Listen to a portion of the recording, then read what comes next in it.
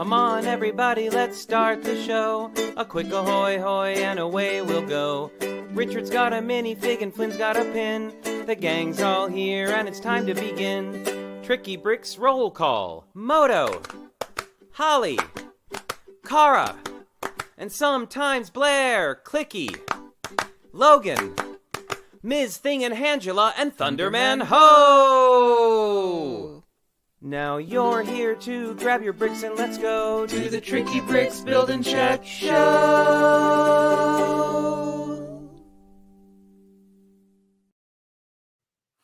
Ahoy, hoy, everyone. Ahoy, hoy, everyone. How's it going today? We are here. It is Wednesday. Wednesday. In the middle of the work week here. Indeed. So welcome, everybody. We have got a fun show lined up for you today. An awesome guest that we're really excited about. You might even say it's an adventurous show today. You might say that. You could. You might, Rabbits. You might. It is going to. We are going to be looking at the adventurers theme, which is a beloved theme that that spanned several years and then sort of mysteriously disappeared, and then kind of came back in other forms over a period. Yeah, and I think wasn't it about 436 sets, each of which was like one part had exactly one part, which was smiling mummy face. Exactly, but there were some really interesting things that this, like a lot of themes, some really interesting things that this theme brought about that we didn't have before and still exist today, one of which is one of my very favorite pieces, but we will wait to dive too deep into that. So first, please welcome our very special guest today. This guy is awesome builder. He's he really loves the adventurers theme. You know, whenever we do these history shows, we like to have folks on who really enjoy a theme. So absolutely excited to have him on today. He's a streamer too. He does stream on Instagram, and you can follow him there. Please, everybody, welcome to the stream, Brett Hooper. Hi, Brett. Hey, Brett. Hi. How's it going? I'm doing good. How are you guys? Good. We are good. Good to see you. Thanks so much for joining us today. Super appreciate it. Wow, I see Ninjago City Gardens behind you. Ooh, yeah, I've got some of those. One of them is a custom. I made this one in the middle. So. Oh, really? Oh, very cool. I like that. Yeah, we have a friend who did Ninjago City Gardens City and Ninjago City, and then he got the docks. Mm-hmm. And I guess he didn't like the way, so the docks, all the buildings are of a size, kind of similar size. And he raised the rear building, added a whole extra 2 floors onto it to kind of raise it up. And it makes a beautiful little skyline. So, yeah. The docks is lower than the other ones. So, yeah. So, real quick here. Sorry, why don't we kick off with pins? And I understand that you have a pin today. It was one of the first things Brett told me when I asked him if he would be on the show. He's like, yes, and I have a pin. Yeah. It's just super psyched. So I'm going to put you on the big screen and you can show us your pin. All right. So this is a special one. This is a Disney pin from 2020 because right before the world shut down in January, I got to go to Disneyland with my mom. And this is kind of one of the fun things that happened in 2020. So. Oh, that's cool. Great. That's great. Now, were you there? Was it Bricks LA? Were you there for Bricks LA? No, my mom went down for another conference kind of a thing, and she just let me tag along, and so it was just her and I. And I spent a day in Disney by myself. I got to do what I wanted, and it was good. So. Awesome. What's your favorite attraction? So that was right when what's the new ride? I'm blanking. Well, there's Galaxy's Edge, but there's another one since then. Yeah, we were there. So we were there for that as well. And we were there the day before the new ride launched. Oh, the Rise of Resistance. That's what it's called. Rise of Resistance, yes. So I got to ride that twice, and it was epic. Whoa, twice? Did you have to do like the whole? I went back for a second day. Sorry, I did one day, and then we went back for a half day the next one. But it was insane trying to get your ticket right when the park opened. Oh, yeah. I was there when it opened at 8, and I didn't ride it until 9 o'clock at night. So. Oh, wow. Well, you must have been there right after us because we were there the day before the ride opened. We actually had to leave, but our friends, Cara and Robert, Minifig Chick and Paint Pusher, stayed and got to ride the ride on the very first day that it was open. So oh, that's cool. Yeah, it's pretty awesome. I'm sorry that we missed it. It was looked like it was pretty cool. Hey, so before we dive too far in, actually, let's show our pins and then we'll say hi to everybody in the chat. So if you want to, you want to shout out in the chat, make sure and say hello so that we can get you on the list here. All right, so let's show ours. In honor of adventurers, I have one that's sort of Yeti-esque, but it's not actually. Let's see if Clicky will give a hand here. I don't know. Clicky is kind of busy right now, but let me see if I can't get. Well, I'll hold him back here. He's not really a Yeti. He's a Wampa. Exactly. Yeah. But they could be cousins. Yes, and from Walt Disney World, I have this awesome from the what do you call it? The see, I'm sorry, I'm trying to do too many things at once. This is the ride you laughed so hard on. We had to go a second time because I couldn't your eyes were remember it. Closed. Yep, there we go. Ooh. Yeah, really cool pin. This is from the Disney D23. They are beautiful. There's like a whole little set of them that we got from them. They're beautiful. That's epic. Nice. Yeah, I'll move that over. All right, so in honor of pins. adventurers, we have our pins. All right, so let's go ahead and see who's hanging out in the chat today and say a quick hello. We've got Abby the Brick Squirrel, Alexander 23, Apples is here from Europe. How's it going? Axel Plate, a new name we haven't seen before. Hi, welcome everybody. Give a big welcome to Axel Plate. Brett Hooper, you're everywhere. Bricks and Mortar. Hi, Jimmy. How's it going? Chris, need a time variant to change Euro's chalice. I don't know what that means. I need a time variant too. I need many time variants. Cody is here. Hey, Cody, how's it going? Cody. Fan MKE. Jake Sadovich is here. Awesome. Always good to see you, Jake. Joel Marbella, John Luttrell, and Vicky are here. How's it going? Yano River Blue. Yay, Yano is here. And Mairead Walsh is here. Hi, Mairead. Maniac for Bricks. Another, I know who you are, but we don't see you around a lot, so hi, welcome. Minifig Chick, Minifig Nick, Monica Berry, and Moto. One of my favorite little runs. You know, the Emscapades actually starts with Mairead today. So it's sort of the overture. It's true, yes. And we've got Patrick Wismer is here, Rob Zaccardi and the Zaccardis. Hi, Lana, Vanessa, and Elena. How's it going? We've got Robin Eklund and Whisper Runner is here. And bonsoir to Wilfred, wherever you may be. And also Kim Zarachino. Always got to say hi to her. So cool. I'm gonna let's say a little hi to everybody. Thanks for joining us on a Wednesday. Mm-hmm. So let's see.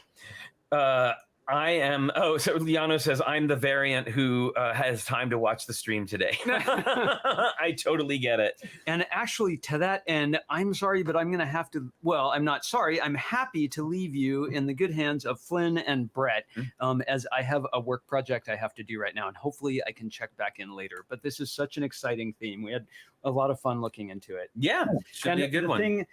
This is the thing I want you to know most about adventurers is the sarcophagus. Yeah, a smiley face on it. Right there. It's a really happy it's mummy. Very happy. Right on. Okay. Bye, Richard. Hope to see you in a while. Bye. All right. And now I will put us there where people can see us a little bit better. So we are, well, first of all, before we head out to doing the adventurers, I do want to talk about a little bit of Lego news. All right, everybody's used to it by now. Go ahead. Yes. So people on my Twitch stream are insisting that when we eventually move, that we need to record the squeaky door and then have it as a channel point by so that people can relive the magic of the squeaky door. Yeah. I would prefer to forget that it ever existed, but that is, I'll tell you, after a year in lockdown of that sound was really, a bit much. But that said, let's take a look. We do have a little bit of Lego news that I wanted to talk about. We've got Oh, what happened to my? Seem to be missing my picture here. Oh, okay. So first of all, big announcement yesterday, and one of these ones that like they managed to keep under wraps, which is always a miracle. Yeah. But this is the new VW camper van, the T2. Now, you hear us say all the time that we're not car people, but this one is I'm super excited about for a very personal reason. And that is because this was the car that I learned to drive in. Ooh. When I was in my 30s, by the way. And I was in my 30s. I learned to drive in this car, but it was orange. Okay. So I would love to get it and then eventually try to get all the pieces to like, change it over to an orange one. But I had this car. It had the little pop-up top, the little kitchen inside. It was really, really cool. Did you own it or just learn to drive on it? I owned it. A friend of mine, this was when I was living in New Orleans, and a friend of mine, it was hers, and she sold it to me for $1. Oh.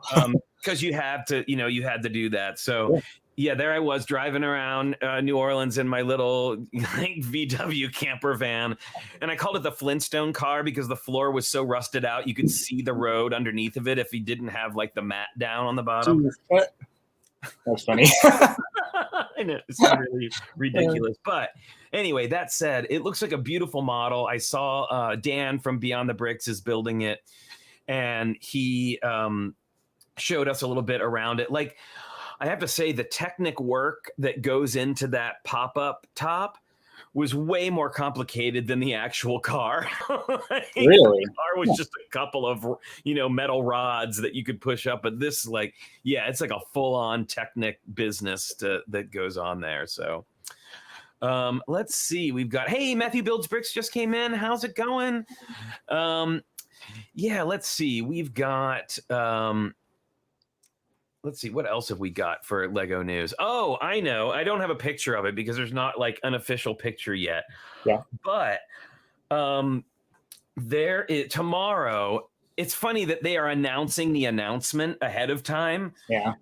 So tomorrow they are going to be announcing the UCS gunship, the new Star Wars one, that everybody got their got bent about when it wasn't announced at LegoCon. Mm-hmm. So now maybe everybody can chill out a little bit about that. And so, yeah, they're going to be announcing it tomorrow at 9 a.m. Eastern time. So 6 a.m. And it's going to be on Lego's channel. Okay. And they're doing a whole, celebration about it. So what do you think? Are you a Star Wars collector, Brett? I am, but more so through the lens of my kids. Like I enjoy it, but I've gotten more into the Clone and the Rebels because of my kids. I was more kind of the original kind of stuff. Even though prequels came out when I was like in my early 20s and teenage years, but I'm sorry. I don't know. They're not the best, but they are part of it. So Sure. All right. So so that's a thing that's happening. Another big gray ship with lots of pieces is coming out. Maybe it's white though. That ship was more of a white color, so it may not be gray. Well, then there you go. We've gone from gray to white. That's quite a leap.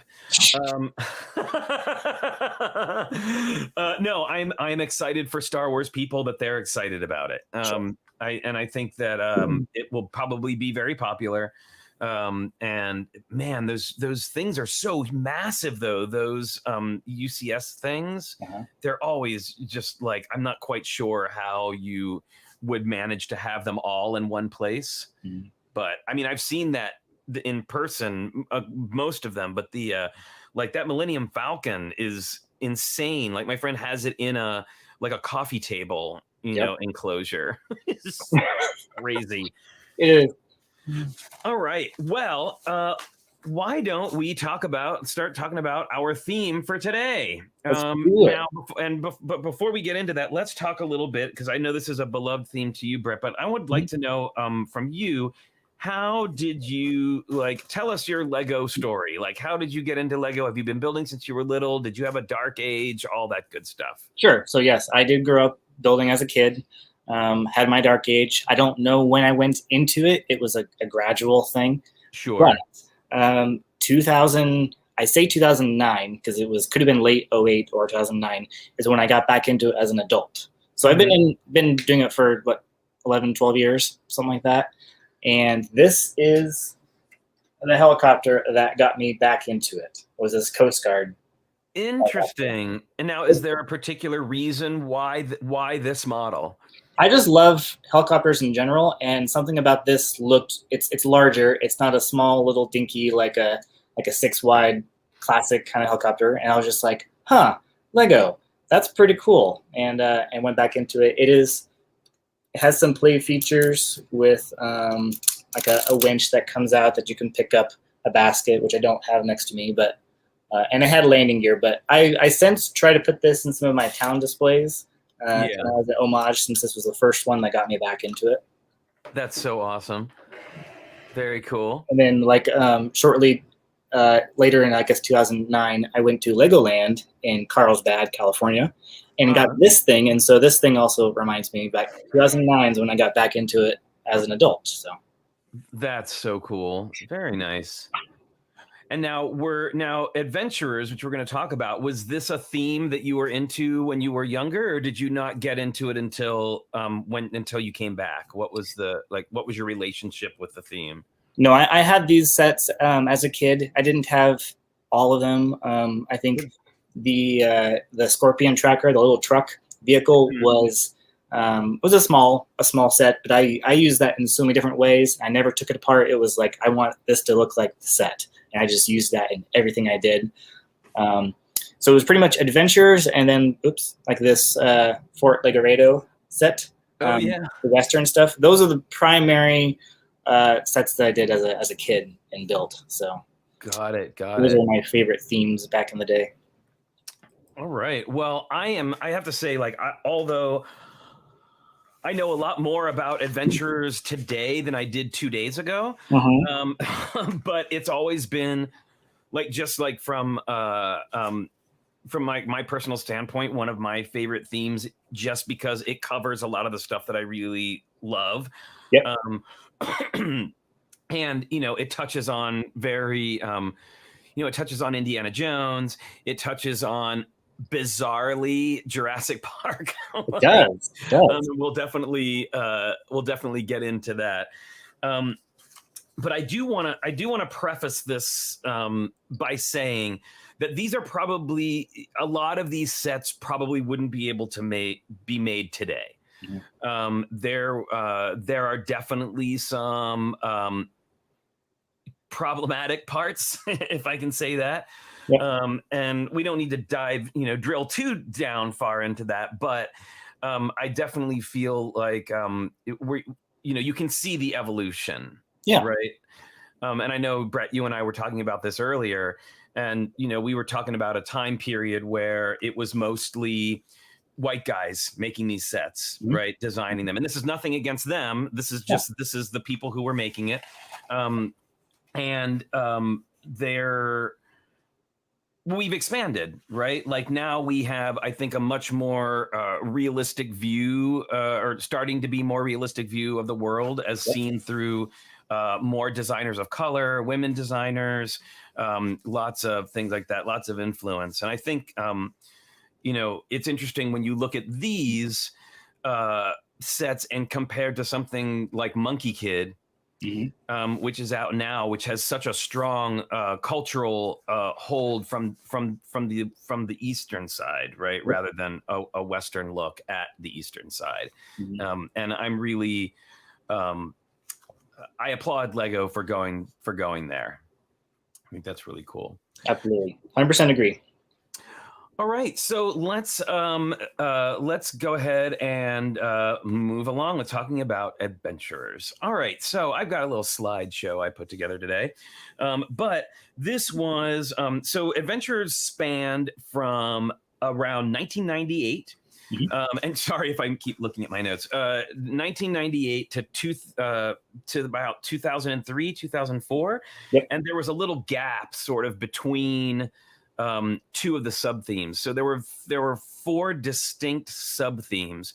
There is desert, which is also known as Egyptian. Like they kind of go back and forth between calling it those things.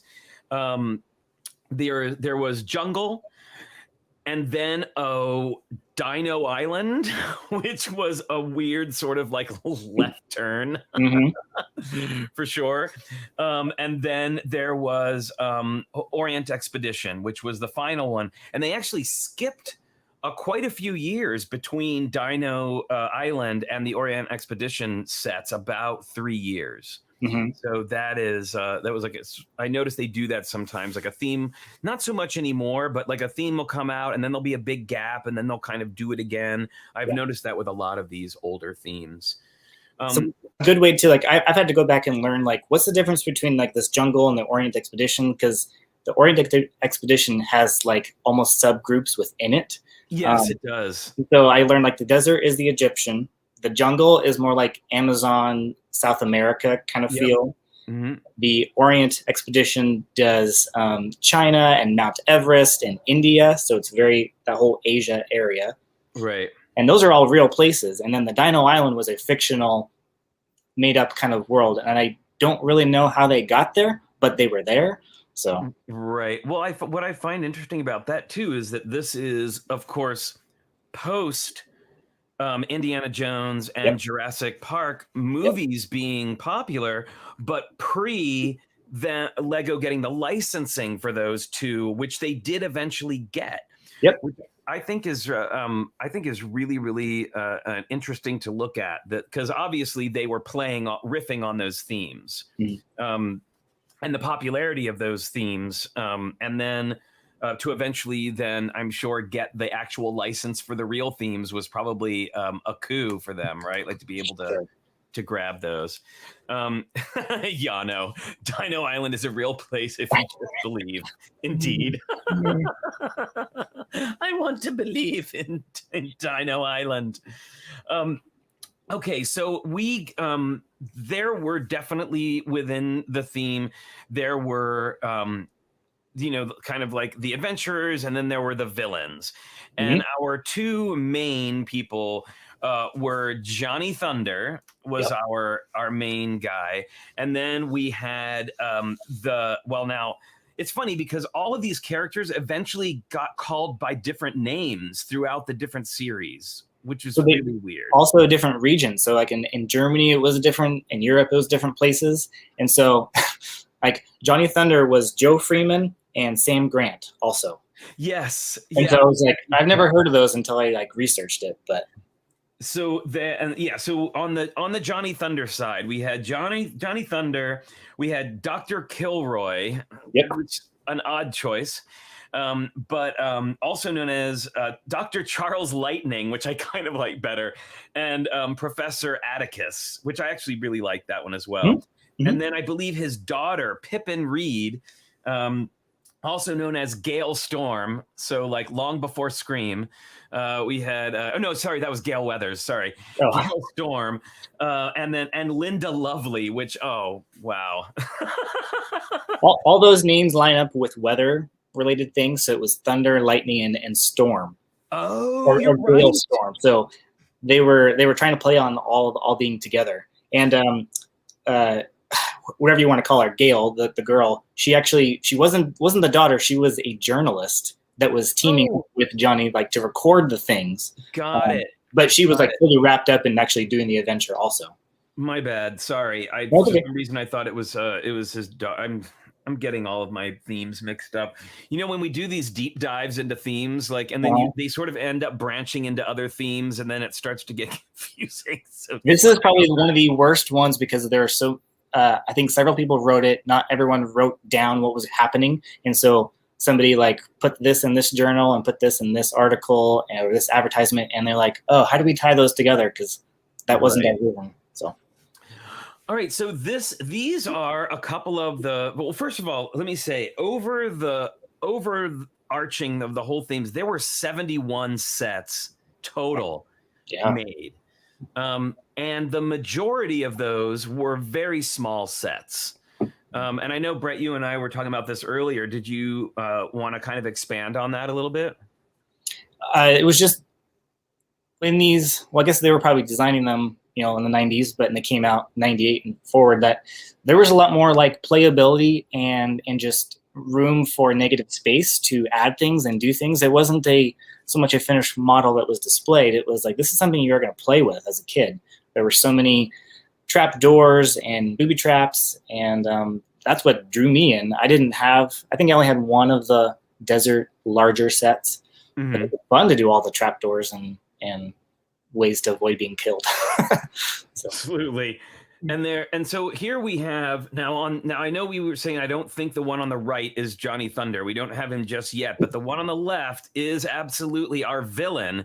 Yeah. The sort of like overarching villain of the whole thing. And there's like a list of them. Like each little sub theme ended up having kind of its own sub villain, if you will. But he was sort of the overarching, and that is Lord Sam Sinister, a.k.a. Baron Von Baron, a.k.a. Mr. Hates. Yes. Evil Eye, and then Sam Sinister. And then there was like another guy called Sly Boots. Yes. So this is where it gets really interesting. So in the desert theme, there was Baron Von Baron with that guy. And then there was, and I have him right here. There was... here, let me put you on the big screen. So I have three of them here. So here's Baron Von Baron. This one here is Sly Boots. He's from the Orient one. So these are two distinct, different people. But later in the themes, they like merge into the same person. And Lego kind of references and makes fun of it in the haunted house set, which you have behind you. Yes. Yes. The skeleton that is in the attic could be the third twin, or it could be Sly Boots, who he took his identity. So, wow, that's some deep lore. That's some serious retconning right there. Trying to bring it back. All right. Somebody was saying that this guy, Harry Kane, is the guy on the right here in the plane. And you will notice the Shell logo on the packaging here. And from what Mairead was saying, apparently these were giveaways at the gas station. Like you could get them, you could pick them up at the gas station. Yeah. All right. Let us move to there we go. Now this is one I know that you pointed out as being a favorite. So this is the Baron Biplane. Mm-hmm. And it's I love the that Baron Von Baron has a hook hand. It's got some great appeal there. It is. It's like a Disney throwback to Hook, and it is so much fun. So there's also a hidden thing. See that black piece right behind the minifig? That in some of the design and artwork, the piece is switched the other direction to be more like a headrest, kind of like what I have here. And one, it is more the other direction to be like aerodynamic. And I think when they took pictures, it probably broke and someone had to put it back together and they switched the direction. So there's kind of a bit of which way is it supposed to go? Is it supposed to go this way or this way? What I love about these in general is I just love the nod to the serial movies of the 20s and 30s. I love the whole vintage feel of it. I just thought it was really I think that's part of the attraction, and of course you can't deny the whole Indiana Jones connection really, I think, brought in a lot of kids. Yeah, I would imagine. All the printing in those sets, like the maps, and I'm sure we'll get to some more like hieroglyphic stuff. It was just like amazing. Yeah. So this is so what we're looking at now, by the way, is part of the desert theme. Mm-hmm. And this was the one that went from 1998 to 1999. And let's take a look at another one. This one is so yeah. Here we go. We were talking about the hieroglyphics. I have so many of those little columns with those Egyptian hieroglyphics on them. I love those so much, and that the big long one that has the wings with the serpents on. Really great. I'm not so sold on that mummy pharaoh minifig. But I really like the rest of it. He's an expensive minifig. I'm missing the head. I need to get it, and it's expensive. So yeah, it's hang on one second. Sorry, I'm trying to juggle a couple of things here. That's okay.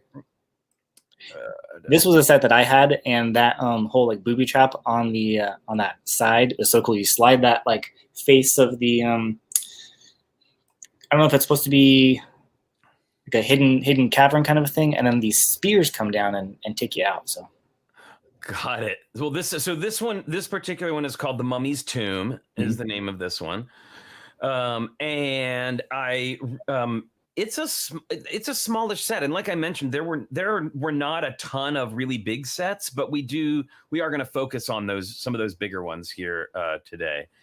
Yep. Maniac for Bricks is saying to hit him up. He may have some spare mummy heads. Ooh, okay. So awesome.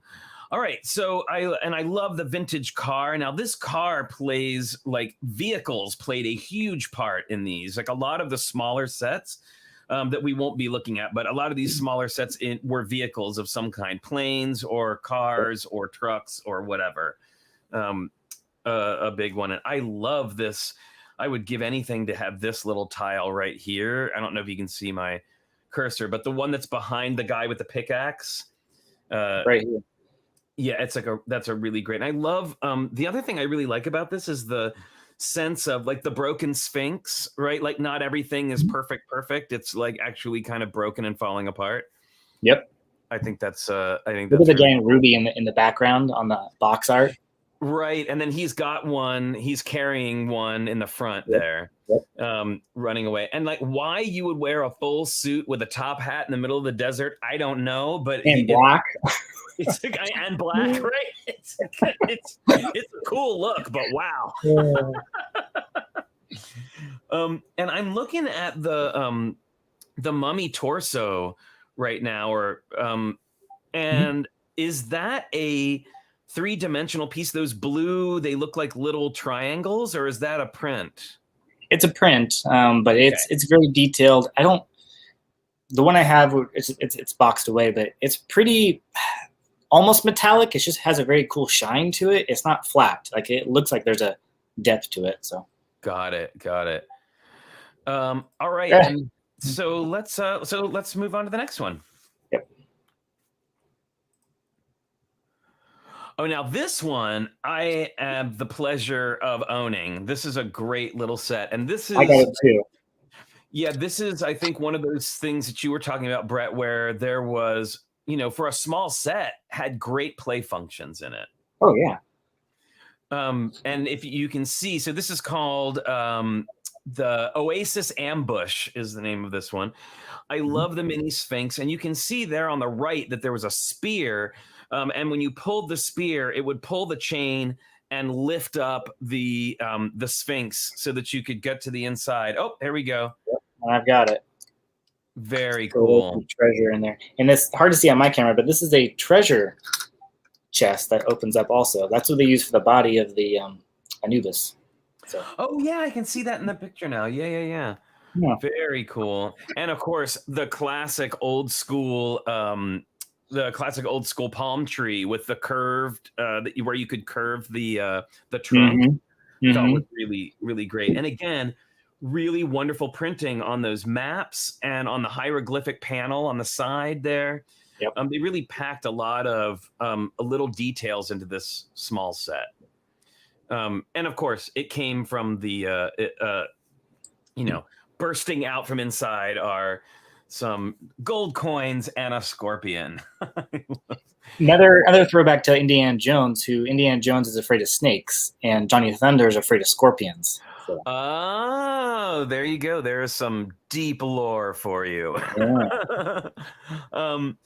So I want to talk a little bit about this guy right here. So we've got a skeleton in a pharaoh, like in a pharaoh's headpiece. Mhm. And you had an interesting fact about the Lego skeleton. Do you want to tell us about that?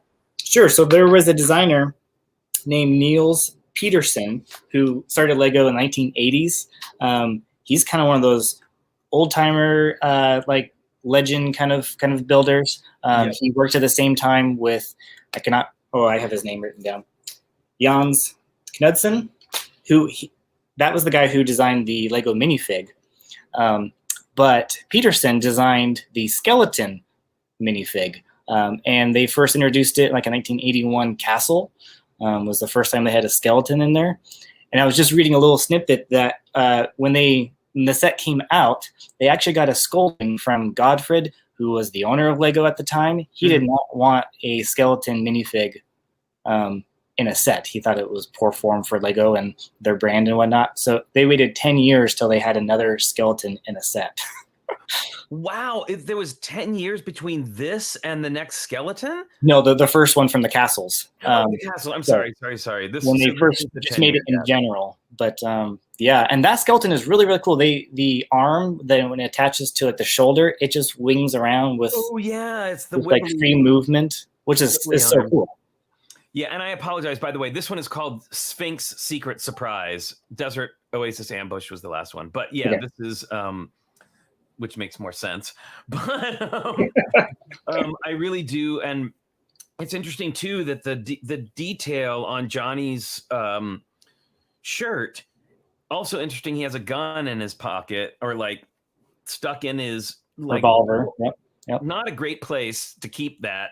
Just P.S. If you're going adventuring, please don't keep your gun stuffed in your belt loop. I don't think it's probably a good idea. But yeah, but I gotta say that's like a lot of detail for an older figure to have. And the same thing with the mummy from the last one. Yep. So I gotta say, I think the skeleton is now one of the more sort of beloved minifigures. Like people love the skeleton. Right? It really is. So Peterson, who designed that, he also was the inspiration for Johnny Thunder, the actual character, because Peterson had a huge passion for archaeology and just dinosaurs in general. And so he always wore a hat very similar to that and was just kind of that like dig in the dirt, be adventurous kind of a person that he got to work on this theme, but they actually made Johnny Thunder similar to him in real life. So that's awesome. That's real. That's a really great little fact. So cool. Yeah. All right. So next up we have this is called the Temple. Wait a minute. I think that I'm saying things wrong. This is the Sphinx Secret Surprise, not the last one. Wow, I really just I'm going to go home now, Brett. You can just take over the rest because I clearly don't know what I'm talking about. I'm just looking at a list of like blank squares with names on them and hoping that I've got the right one. Oh my goodness.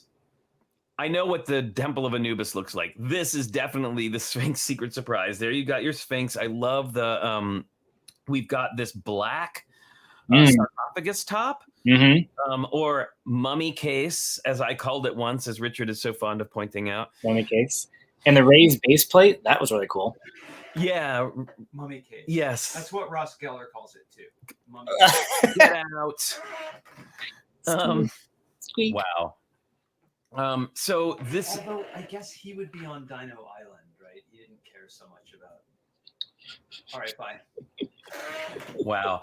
All right. So we have the tent is a really great piece. That sort of like cloth black tent there in the back. Yeah. A lot of minifigs in this one. We've got a skeleton. We've got Pippin. Dr. Kilroy is there. We've got now. Is that Sam Sinister? This one? That could be Sly Boots, and then Sly Boots. Who knows? Baron von Baron. That's a lot of them. Yeah. And we do have Baron von Baron there in the background, and Johnny Thunders, and the Thunder, and then the Pharaoh. We have our guy again, and a skeleton. Hooray, skeletons! And again, really great pieces out of this one. Really, really fun. And I do love the clever design of the Sphinx's head. It's a really nice one and sort of obviously an expansion on the broken one that we had in the a couple ago. And yeah, that raised base plate, I do love those. Me too. And that little car design is so sweet. And that's actually one of my favorite vintage pieces is that the front of the car, the grille that has the two little headlights on either side. Yeah. Is a really fun. Oh yeah, and Zach Martinez is pointing out that Dr. Kilroy has got that backpack that actually opens. I've got one here. Yeah, those are cool. I've got one of those somewhere. Oh. Got some clutch to it. Yeah, this opens up and you can put a map or a binocular in there. That's so cool. And I really like the little clips on either side so you can put the tools on. They're like holes. So they're holes. Okay, yeah. Very nice. Didn't Slide Boots also have a funk band? Yes, I think so. I think that is true. All right. Oh, and also too, I wanted to point out before there was 3D Dynamite. Oh, sorry, Brett. There we go. Before there was 3D Dynamite, we had, you can see it here between Pippin and Dr. Kilroy, the dynamite tile. Yeah. So it was a 1x2 dynamite tile rather than, and I'm not sure when the 3-dimensional dynamite came out. I didn't dive that deep into it. But yeah, that was an interesting one. And I love also the printed windshield on the car that has the little, like it looks like there was dirt on it, and then it's got a crack on it, dirt, and the windshield wipers. Like, there's a lot of printing right there. So yeah, yep, yeah. And I mean, there is a lot of printing for a set of this size, I gotta say. And those maps, it looks like there's 4 of them. Yep, there was 4 you could collect from all 4 big sets. So.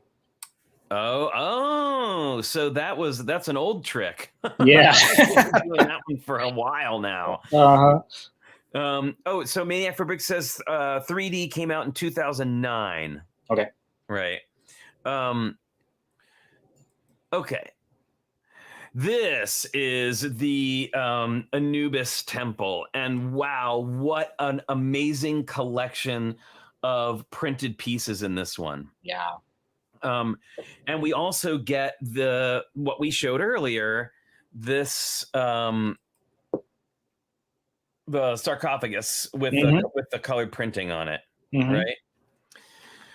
Really, really cool. Oh, and so Maniac for Bricks says the map tiles all have numbers on the bottom to tell them apart, as well as a different marking on the trail. Very cool. They do. Very cool.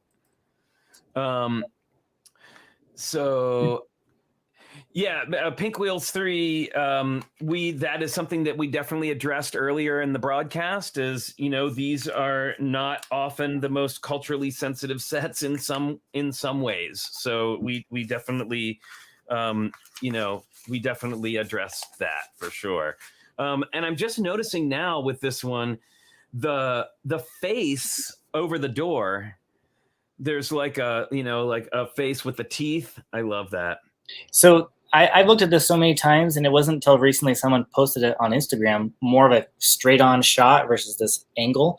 Like, I always get distracted by the prints, but yeah, there's a negative space for eyes and teeth, and there's actually a booby trap when you walk through there. Something comes down and takes you out.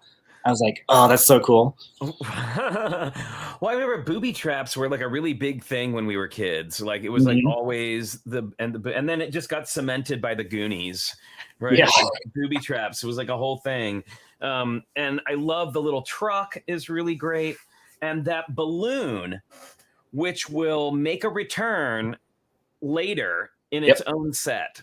And we'll talk about that when we get to it. But you can see there's our, I believe that's Harry Kane there on the top of the balloon. And I love this use of the netting, the real net on top of the balloon. Such a great look. Yep. Oh, hoi, Alyssa, how's it going?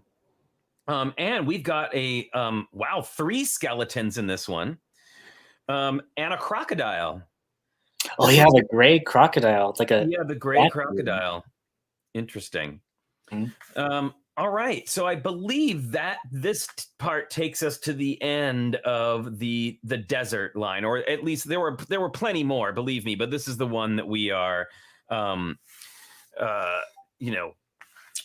this is the ones we are looking at today. And you can actually, if you want to follow along, you can go to Brickset, which is where I was able to get these pictures. So thank you so much, Brickset, for providing all these amazing photos.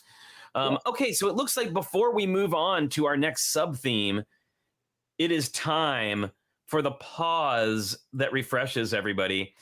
It is... wait here. Sorry, I'm trying to get here. All right. Yes, it is so many buttons to press. Everyone, it is Logan Cookie time.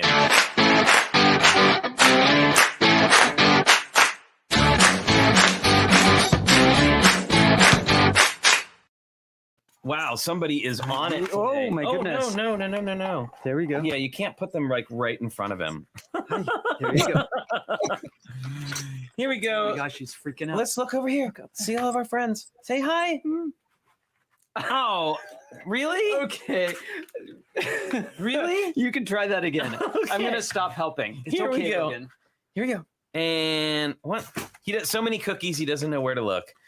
And another one.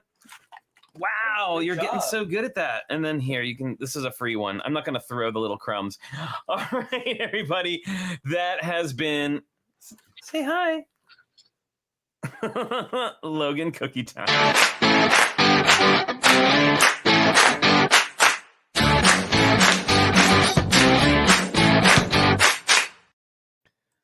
Logan Cookie time. All right. Oh, this looks like it was Brett Cookie time too there. Yeah, I was eating too. Totally fair. All right. So we do the desert. I just want to point out this little mosaic I made with the desert. Can you bring it closer to the camera? No. Oh, okay. But there it is. That's fair. All right. Very cool. And did you do this for one of Brick Huntress's things? I will bring it. Okay. Yes, she did a mosaic thing, so this was So really fun. So I added some fun, like there's a hot dog and there's a snake and binoculars and other fun things in there. So that's awesome. I got a vinyl printer to do some stickers, so that was pretty cool. Now those custom? Yeah, I made those with my wife. Oh, yep. Very cool. Very cool. Well, I mean, of course they're custom, but you made them is kind of what I was getting at. Yes. Okay, so we are going to move on now to the jungle sub-theme. Welcome to the jungle. Okay, so we're kicking off with one of the weirder but kind of more fascinating ones of this. So this was, let's see what this one is called. This was called the Jungle Expedition Balloon. I want it. Someday I will get it. But. Well, it's interesting, and I know we were talking about this earlier. I'm interested about, and I would want to look maybe closer at dates, but that Adventurers logo is very much reminds me of like the DuckTales. And those, or maybe I'm thinking of the wrong one, but one of those, Rescue Rangers, like one of those Rangers, yeah, they really had that like yellow to orange fade in there, which again, in turn, is taken from Indiana Jones. Yeah, that was a very, very, very cool. Oh, by the way, everyone, if you are on Twitter, there is an artist whose name is Drew Struzan, Struzan, and he is the artist behind almost every movie poster from that time period, including all the Indiana Jones ones. I believe he did the Goonies one. Like he has a very particular style, and once you start seeing all of his stuff together, you're like, oh, that's amazing. I totally recognize that. Well, he's always posting pictures of the stuff that he worked on. So definitely check him out if you want. So yeah, it's a very funny little, like, I love the toothy mouth. Like, on it. And Maraid is saying that it's $150 on Craigslist, which Wow. I'm not. That set is cool. So all those pieces fit inside that blimp part. And so when you bought it, it was in a cardboard box of just that blimp, and you took the tail off, and all the minifigs and everything were inside of it. So. Wow, that's cool. I did not know that. This is one that I'm less familiar with. I do like the this little piece back here behind. Like, I see some of it is made up of slopes, but it looks like the top part is from some of the space sets. It is, yeah. Yep. Very cool. And I love that it also has wheels on the bottom so that you can roll it around. Yeah. And then I'm looking in particular because I really want one of these and haven't seen it yet. But this gold piece right here. That's called the Sun Disk. And that was one of the things that they were after in the jungle theme, was this Sun Disk, like they were after the ruby in the desert. So. Very good. Very good. All right.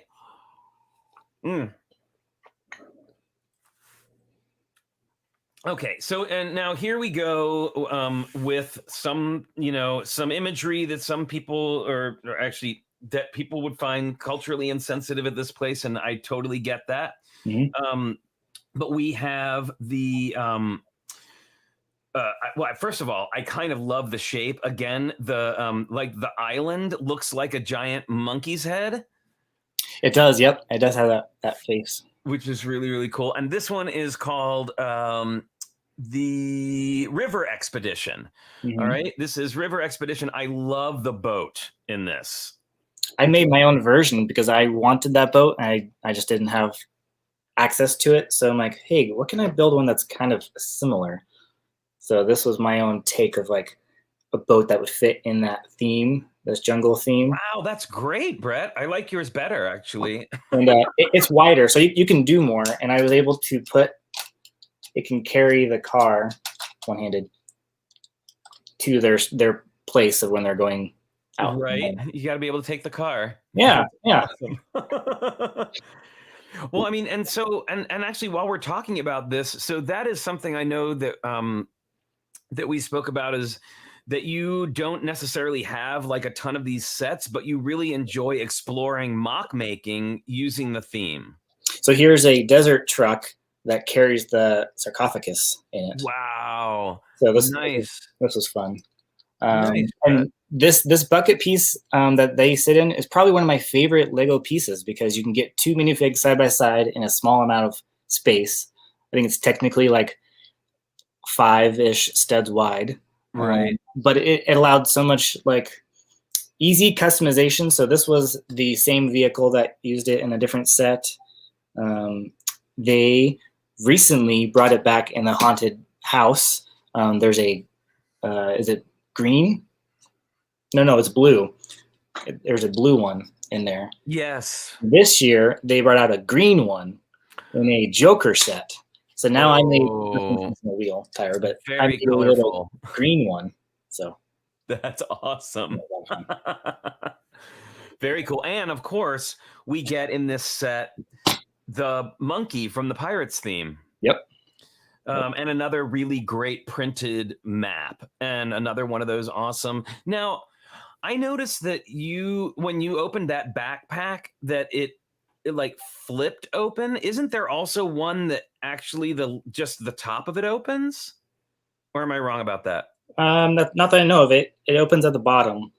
Like there's the flat part is just molded. So right. And of course, and as Zach Martinez mentions, this is they've now switched from land vehicles to water vehicles, which is smart, right? Because I'm sure they're going down the Amazon River, right? So we're gonna be switching to those kinds of vehicles, and it was a nice switch up from the last one. Yeah.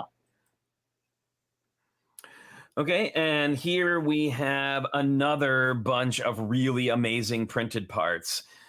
This is called the Jungle. This is from the Jungle theme, Spider's Secret. And I love this one.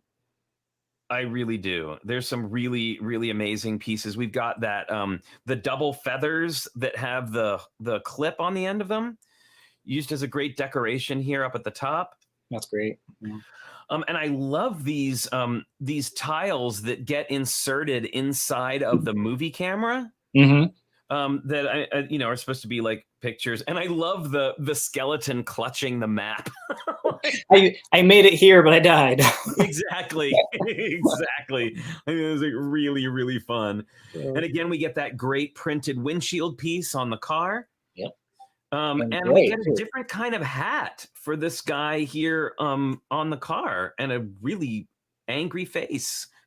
Yeah, that's this was the theme that Baron von Baron wasn't in, or Sam Sinister. There was a different bad guy that was exclusive to this theme, Senor Palomar. Got it. And he had a huge like bandit gang that followed him around and did his stuff. So very cool. And this one was decidedly more colorful than the desert theme, which really stuck with lots of tans and grays and browns and black. And this one, really, they kind of went more for the color. Oh, yeah, and Yano mentions the chrome knife, which is a really cool. Mm-hmm. All right. All right, so now we're going to take a big left-hand turn to Dino Island. So the jungle theme was around in 1999, and then in 2000, we got Dino Island, which up until, like Brett mentioned before, up until now, we had gotten, up until now, we had gotten places that were, real places, right? Like, and then this one, they kind of went off. And there are some really interesting things about this. I know you mentioned that this was the first time that Lego made a certain kind of figure. And what was that, Brett? The dinosaur. So this is, I don't have very many of the old stuff, but this is the original, like, pterodon. There was tan and red, maybe gray. I'm trying to think. But I think this was Lego trying to, like, we need to do dinosaurs. We can't do Jurassic Park yet. How are we going to do it? So this is the first minifig scaled, like, dinosaurs. Before they had Duplo and brick built, but right, their own molds. So, and we were talking about the whoops. Sorry about that. We were talking about the dinosaurs have this weird, like, the bottom parts of their legs are a different color. I think it's dual color injected. Like, they put one color and they switch to the other. I don't think it's right. So. It doesn't seem to make any sort of design sense to me. Like, I don't quite understand and they did that with a lot of them. I know, like, in the original Harry Potter sets, the Fluffy also has that. Like those dark, like it's brown, but then it's got black lower part of its legs. It seems an odd choice. Trying to do something new, but not necessary. Yeah, maybe not quite succeeding. But we have an all-terrain vehicle here, a very odd vehicle, I must say. It's really sort of goes out like the other vehicles prior to this seem to have some kind of basis in reality, where this one is just, I don't even know what it's supposed to be. Obviously it throws the nets, like it's got the little catapult on the back of it, right? That throws the nets. And we've got the, now which one is this one called? This is called the All-Terrain Trapper. So this is them going and trying to capture the different dinosaurs, and it looks like this one's got 3 different dinosaurs. We've got the Stegosaurus, we've got the one in the front whose name is escaping me right now because I'm trying to think of too many things at once. T-Rex or Pterodon, or and then we've got the baby T-Rex here in the back, which they still use today. I've seen them in Ninjago sets. That's like really, really cool. Oh, I'm supposed to be showing it. Sorry, everybody. Yep. That's yep. Sorry. Trying to get there. There we go. Sorry. Goodness. Too many buttons, friends. Too many buttons. I'm doing my best here.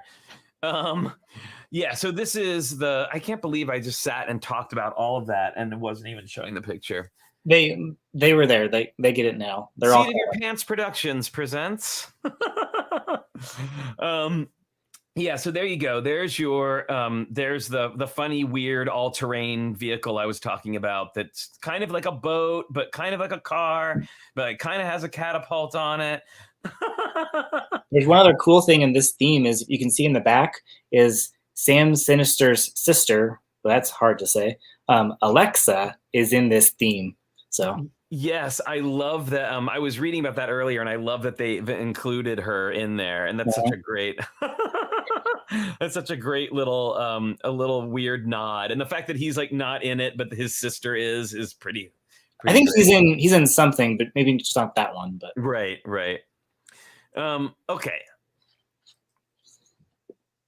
Okay, so this one is called this was called the Cunningham's Dino Finder. it's kind of weird. That's a weird minifig. It's a really weird minifig, but I love that he's like got a belly that looks like it's hanging out from his. It's the Thor body before the Thor body. Yeah, it's a very funny little ad. And the reason I included this one is I just wanted to show, we were talking about before that so many of these sets were little small sets, a lot of vehicles. Yep. They also, which this one shows on the front, like all these old sets had alt builds, but you didn't know how to build them. You just saw a picture. So like this one, you can see that he's got a pontoon plane and an airplane, or a pontoon boat. I mean, but yeah, like a hydrofoil type of deal. Yep. Very cool. But so they didn't include instructions. No. So like on the back, even the big sets, like the palaces and temples, like they were alt builds, but you just kind of had to look at it and get inspired to build your own. They didn't tell you how to do it. Well, I know a lot of people prefer that, honestly, just to have that inspiration rather than being kind of like handheld through 3 different builds. I see the value in both. Yeah. But yeah. So yeah, just a quick sidetrack here, and it's like little weird, like these minifigures are always weird for their little like hair kind of that they tried to do, which admittedly looks better than when you put like a hat on and it's just like bald underneath and you can't see, like you feel like there should be something there. Yep. All right. So here's one of the bigger sets, and this is called Dino Research Compound. Is that this one? Yes. Maybe. It looks like it. Or is that the... Nope. Sorry. Let's go back. Wait a minute. Oh, sorry. I'm going crazy here. There we go. All right. So this is so if it's the Dino's Dino Research Compound. This has got a lot of, again, we've got a Tyrannosaurus Rex this time. I love the top. It looks like the top of this building opens up and has like a radar dish. Yeah, I'm trying to see. It looks like a radar dish. Yeah. And we've got the double propeller plane, which is cool. Mm-hmm. There's 3 dinosaurs. And they've got a white spider. That's cool. And yeah, we've got this orange pteranodon. Now, I would not call this maybe the greatest design of a tree ever. They definitely advanced. Well, maybe, yeah, trees evolved since then. Totally. And I also love this. If you look here, it's kind of hard to see, but there's a string with these little, like, sort of rotating wheels on a crate that this person is like sliding down the rope onto. It was like a little way to get down to the bottom quickly, I guess, in case you had a dino that you needed to grab really fast. So pretty cool. And it looks like there's a little secret door right here that's kind of leaning forward. Very cool. There's like a chain piece. Maybe he's like trying to pull it with a car. Yeah. Oh, yeah. You're right. All right. Okay, this is called Jones and the Baby Tyranno. Not Tyrannosaurus, but Tyranno. And again, there's that great piece and some great pieces from the set. I love the sextant is such a great piece. And again, still used today for a lot of really interesting things. And I've seen some fantastic uses of it because there's different places that you can connect to on it. Really, really great. And look at that. We are now 3 iterations in, and Johnny Thunder, although here he's called Jones, has that same torso print, right? And they did vary. There was a jungle one that it had the same thing. He has a bandana and he's got the revolver, but he's green in the middle. So everything else, it's basically the same thing, just recolored. So. Right. Oh, and I'm also noticing that they reversed the picture because the torso on the left has everything going the opposite direction. Yeah, that's right. They probably, it was probably just a need for the design. And of course, we got this classic logo up in the upper right-hand corner of the drawn picture. So great. Okay, and this one is called the T-Rex Transport. This is again like an odd combination of vehicles, and I love we get Alexia back again in her little jalopy car, and a boat, and then this sort of, I don't know, the vehicle kind of reminds me of when I used to go to Disney World when I was a kid, and there was you would take these trams from the parking lot up to the front of the park. Yep. This kind of looks like one of those. It's kind of like a big semi truck and trailer, and and then I'm trying to figure out what he's doing with that giant like cage gate. I guess just waiting for them to get the dinosaur in there, and then he's going to put the cage up. But I have to say, Dr. Kilroy looks like he's in imminent danger. Don't mess with the baby Tyranno when Mama Tyranno or Daddy Tyranno is around. You're gonna find yourself in trouble. I think he's safe though. They didn't make a movable jaw, so he can't really get eaten. So yeah, he's safe. Let's see. I just wanted to real quick. I just wanted to bring up this comment real quick. Abby the Brick Squirrel says, right, I think it's possible to have an appreciation for something and still examine it with a critical eye. And so much good conversation can come along with it. Absolutely agree. Yep. Absolutely agree. And that is a really good lead in to our next round of stuff, which I think if you want to talk about, I don't know, if we're talking about like, inappropriate, cultural depictions, this next line definitely deserves like to be talked about on that particular topic. But let's move on. So this is we are now moving on to the Orient Expedition sets, which, as Brett mentioned earlier, had multiple sub themes of its own. Yeah, like people were talking about Johnny Thunder doing like the Himalayas and going to Mount Everest and going to China. I'm like, I was trying to wrap my head around like, is that in jungle still? Because there's an India theme that looks like a jungle, or it's in a jungle, but right. This is the Mount Everest part. So he's like going over the mountains through the Himalayas. And this is a really cool blimp or other balloon, but yeah, it's a really cool set, and I gotta say, it's it really. This was taken from one of those other sets that we looked at earlier. I was saying it would make a reappearance later. It's interesting that they would take like one small piece of that set and sort of, I mean, is it even different? I don't have the two pieces in front of me right now to look at them side by side, but it seems... if it is, it might only be a color difference, but I think most of those are the same parts. So So Maniac for Bricks says the idea was to follow Marco Polo's journey through Asia, leading to his prized treasures in each area. Yep. Interesting.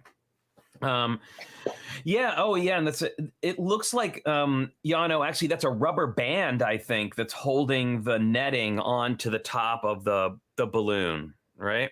Yep. They're being purist. Sorry, what were you saying? They're being purist still. It's an official rubber band from Lego. So. Exactly. And I really, now we see this, this design now that we will see throughout these next ones, which is the hands holding the map, which I think is a great design choice. It's really fun. It brings I feel like it brings the viewer into the picture, like you're the one holding the map, like you're the one having the adventure. So, all right. Now, this elephant. It's expensive. This elephant is legend, and I know that a lot of people, when the new elephants came out, they're coming out in these city sets. There was a lot of talk about how they weren't articulated, and people really wanted like this type. Now, do you have an opinion? Have you seen the new elephants as compared to these ones, Brett? Just pictures on box art, so I'm excited to see it in real life and do it. I plan to do something very similar to this scene, make my own mock version of it. Right. So it's a really fun set. I love how the little cart, they used hinges, like we call them rocker hinges, but they use hinges to kind of angle out the little fences on the side to give it more than just a square shape. Yep. And of course, we have Baron von Baron, again, inexplicably wearing a suit with a top hat in the middle of the jungle. Probably slightly more comfortable than wearing it in the desert, but that's a whole other story. These are fantastic elephants, and again, like a really, really beloved piece, I think, from these particular sets. All right.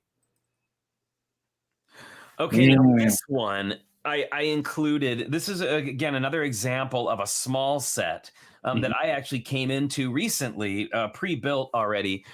But some of the weirdest Lego figures I've yet seen. This one is called The Passage of Jun Chi, and the last one was Elephant Caravan was the name of it. Yep. So this figure is really weird. And I remember like I posted a picture on Instagram and was like accused of it not being Lego. I'm like, no, really, it's Lego. It's like a lion dog statue that like comes to life and guards stuff. So right. So now there were two other figures that were made. And you have them. So let's take a look at those. So we had the tiger and the Yeti, which it's interesting how far they went on the detailing of the tiger and not so much on the Yeti. Yeah, there's these. I had never seen how these were built when I ordered them. So these arms come out and they got a Technic pin that goes into like a Technic brick in here. So this is what the body. Looks like. Oh, weird. This goes in and then this thing goes right on top of it. So wow. It looks like a naked person. Yeah, sort of like a precursor to the Big Fig almost. Yep. Sort of kind of. I mean, like the legs are reminiscent of like that same pose, kind of like slightly knees bent. Thing going on. Well, all three of these figs are in this one sub theme, which is kind of cool. That's when they all debuted. Very cool. All right. Here we get the elephant again, and this I think in this theme may be the most beautiful of all of the sets, and of course the star attraction besides the elephant is that amazing onion dome piece. Yes. highly sought after. When I was working for Playwell, every once in a while I would run into another instructor that had that piece in their decorations bin, and I coveted that so hard. It's such a cool piece. I just bought 2 of those for a mock I'm doing, so. Oh, nice. Oh, wow. So cool. Oh, and then there's the ball, which I'm sure is absolutely a nod to Indiana Jones, right? Yep. And always the first piece that gets lost. Yeah, because it rolls away. It's gone. You know, it's like, and you know, there's like a million of them under couches somewhere, you know. Yeah, and again, we bring back this elephant piece, which is so beautiful, and this has definitely got some nice printed pieces. The shield is really nice, and I like this. Down here in the lower right, there's a sort of printed doorway piece. It looks like it's I'm gonna have to pull you out, show you. It's a rug. It's a rug, and also this arch. I would give my eye teeth for a bunch of those arches. Those are absolutely beautiful. So it is a rug piece that has clips on the top. Oh. And it's really cool. So the idea in that set, and what I'm doing with a mock in the future, is you put this up there in the archway, and then you can push your minifig to be underneath it like a secret door. So that's so cool. Wow. So and I also wanted to point out the if you see here, they are flexi tubes, it looks like, being used as the track for the boulder to go down. And it's kind of hard to see in the picture, but yeah, they're held in like a big sort of like slope so that you can run that boulder down through. Well, this is called the Scorpion Palace, and that you can't see it in this picture, but that black thing is a giant scorpion, and those flex tubes are part of its tail, and the ball sits behind that onion where you can't see it. And then when you go grab the treasure, the pinchers come out and the ball comes down and kills you. Oh, wow. A lot of ways to die in these sets. Yeah. A lot of ways. Yeah, this is probably this and the Anubis temple in the desert theme are probably my 2 favorites as far as just like kind of grandness in a way that a lot of these sets were not. So really, really cool. And finally, now this one just kind of ended up at the end by accident. I wanted this one to be the last one, but we can get a better look at that Yeti figure for this one. Yep. And there's some really cool pieces in this, I think. I mean, not only the Yeti, but I really love her hat is a great piece. Really, really nice. They ended up making what Gail and Johnny all had like these like kind of parka kind of jackets, almost like an aviator, but just like had all these fluffy frills to keep you warm. Right. Sorry, this is dark, but he has the exact same printing of the revolver and the necktie and. Well, it's cold in the Himalayas. It is. You know? Yeah. You gotta have that. That cold weather gear. And I really, one of the things that I always liked about Johnny Thunder was his, well, first of all, curly mustache, which is always cool. But then his little like Fred from Scooby-Doo neckerchief thing is is really cool. Yano. Nice. I know. Hey. Absolutely. So that is actually the end of our slideshow. But wow. So tell us a little bit more, Brett, about how your interest in the theme sort of like evolved into you creating sort of almost updated mock versions of the sets. I think it was a little bit of just lacking in parts and just not having everything, but maybe having some leftover pieces that were unique to the set. But like everything that I recreated, I didn't want to make it completely smooth. I want studs showing. I want it to look like a 90s, well, late 90s, 2000 feel to it. Like going back and collecting old sets is super expensive. So yes, it is. Having a little bit of the spot where I can, scratch that mock itch and feel like, ooh, I can create something, but yet have it be somewhat recognizable and fit in is awesome. So, well, Axel Plate's talking about the haunted house. Yeah, actually, we wanted to talk about that. I did want to talk about that a little bit, and I love when companies kind of go back and refer to older stuff, and because you don't see that a lot. But I think they really did that here. Have you built the haunted house, by the way? I have. I have ideas to change it up differently. So okay, and how would you change it? I want to raise the whole thing like on a base plate or some kind of like footing to it, so it can still open. But instead of a ride, it's going to be like Baron von Baron's house while he was still alive. So it's like he's actually living in it. So you would have staircases and then maybe a room in there with all his treasures that he stole. So awesome. And now, what do you just generally the set itself? What did you think of it as far as like a nod to a favorite theme? I liked it. I mean, I didn't get it for the fact that it was a amusement park ride.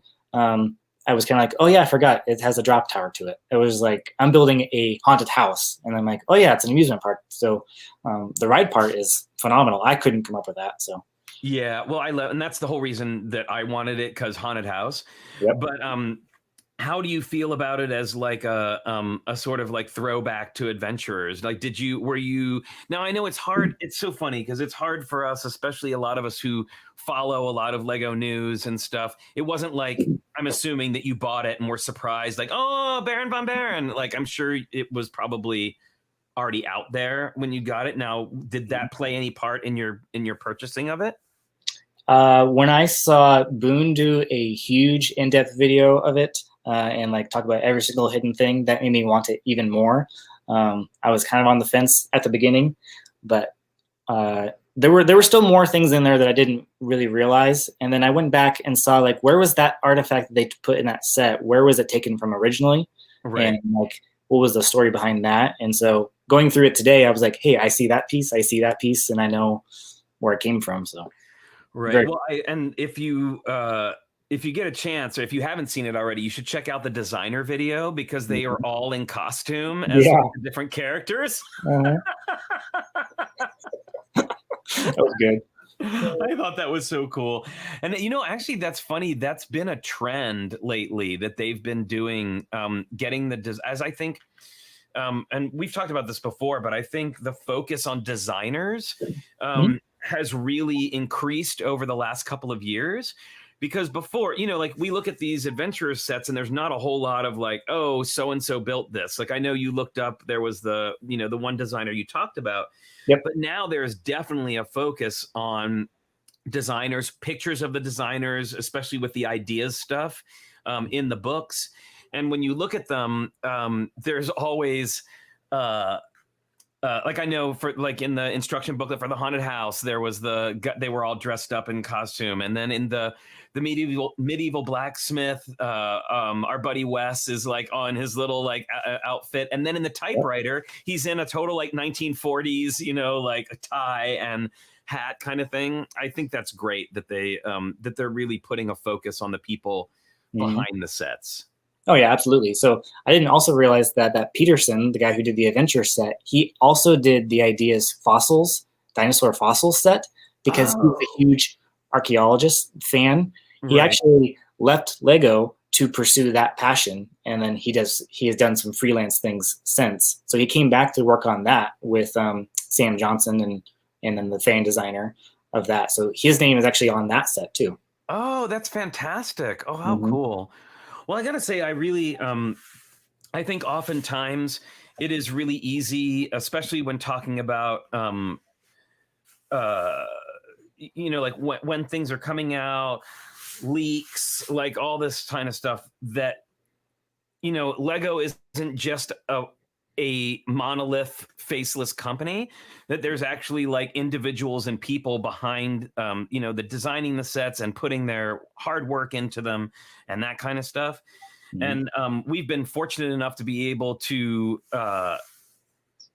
interview some of these people and kind of put a little bit more of a spotlight on their work, and also knowing, meeting these people and knowing that behind the scenes, those designers are the people who are pushing for more inclusivity, more diversity in these sets.